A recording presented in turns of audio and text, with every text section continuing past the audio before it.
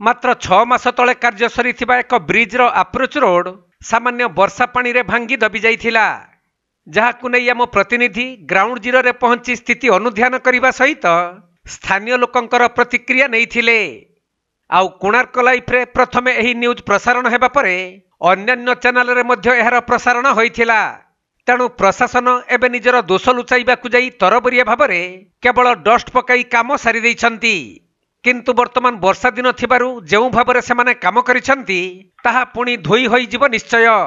ये दृश्यटी हेउछि कटक जिला बांकी डमपड़ा ब्लॉक अंतर्गत गोपालपुर पंचायत पाटपुर रे होइथिबा बालीबंध पाइल नाल सुइच सेतुर दृश्य।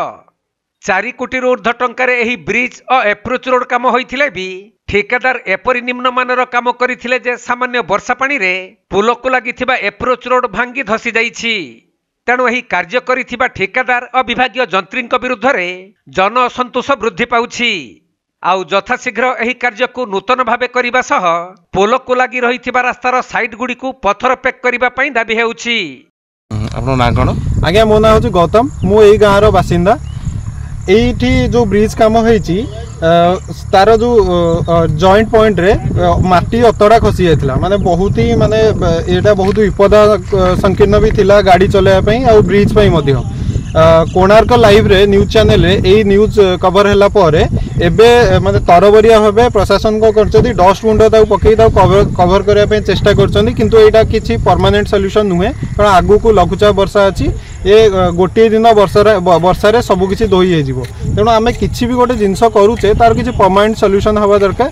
जदि पत्थर पैकिंग करिकि भलरे करन्ते तेणु ए ब्रिज पई आ रोड रे जो यातायात करछि गाड़ी सेमा दि जण पई बहुत भलो हबो एवं ब्रिज टी भी मध्य बहुत दिन पर्यंत टिकाऊ हो परिबो।